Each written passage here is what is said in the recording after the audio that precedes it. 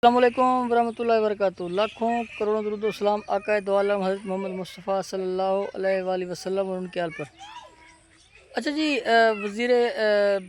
हमारे एक वज़ीर हैं, नायब वज़ीर इसहाक़ डार साहब, उन्होंने अमेरिका के अंदर एक बयान दिया है कि आफ़िया सिद्दीकी की जो कैद है 85 साल जो सज़ा है, वो अमेरिका के कानून के मुताबिक बिल्कुल ठीक है और ये अमेरिका को इस चीज़ का हक़ हासिल है कि वो जैसे चाहे ट्रायल करे। तो मैं समझता हूँ कि बहुत बड़ा ब्लंडर किया है इसहाक़ डार साहब ने।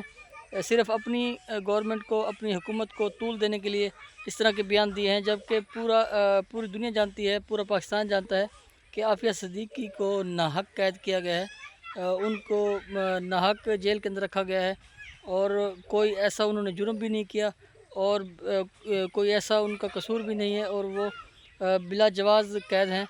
और इस हवाले से फौजिया सिद्दीकी साहिबा ने पिछले दिनों वज़ीर-ए-आज़म साहब से भी मुलाकात की है और वज़ीर-ए-आज़म साहब इसको ठीक मान रहे हैं कि ये वाकई अमेरिका की तरफ से वो गलत कैद हैं और वहाँ पे इसहाक़ डार साहब इस तरह के बयान दे रहे हैं। तो मैं समझता हूँ बहुत ही बड़ा ब्लंडर किया है इसहाक़ डार साहब ने और इसहाक़ डार साहब को फ़ौरी इसकी तरदीद करनी चाहिए और कौम से माफ़ी मांगनी चाहिए। देखें, एक कौम की बेटी है और वो इस तरह से नाहक कैद है। अगर खुदा न खास्ता अगर उसका कोई ना कोई कसूर है भी सही, तो आप इस तरह से कहने वाले कौन हो सकते हैं? और फिर अगर कोई कसूर है भी सही तो इतनी लंबी सज़ा का जवाज़ ही नहीं बनता, क्योंकि एक सज़ा होती है 2 साल, 4 साल, 6 साल, इस तरह की सज़ा होती है। 85 साल की जो सज़ा है वो एक तो ना किसी कानून के अंदर है, ना किसी आइन के अंदर है और ये बहुत ही बड़ा ब्लंडर किया गया है अमेरिका की तरफ से। तो मैं समझता हूँ ये जो इतनी बड़ी सज़ा दी गई है, ये सिर्फ़ उन्होंने अपने सुपर पावर होने की वजह से दी है।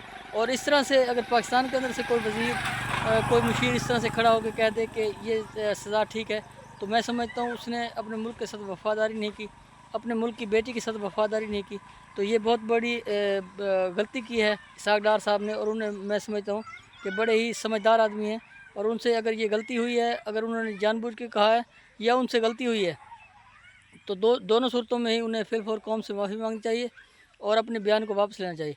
देखें, एक बेटी कैद है, आपका हक़ बनता है कि जैसे भी हालात हैं, जैसा भी माहौल है, आप उसके हक़ में बयान दें और उसकी रिहाई के हवाले से इक़दामात करें, वहाँ पे वकला खड़े करें। उसका फ़ैसला जो भी आता है वो अपील रद्द हो जाती है या वहाँ से आप नहीं ले पाते, लेकिन आप कम से कम बेटी के साथ तो खड़े हों।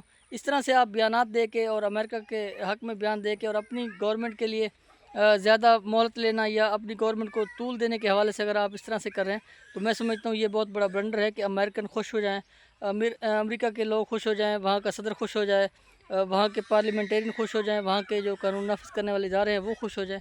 तो मैं समझता हूँ ये अच्छी बात नहीं है। एक बेटी के साथ, एक कौम की बेटी के साथ इस तरह से बेवफ़ाई करना और इस तरह से गलत बयान देना, मैं समझता हूँ कि बहुत ही गलत है। इस हवाले से इसहाक़ डार साहब को फ़िलफ़ौर इसकी तरदीद करनी चाहिए और कौम से इस हवाले से माफ़ी मांगनी चाहिए। शुक्रिया, जज़ाकल्लाह।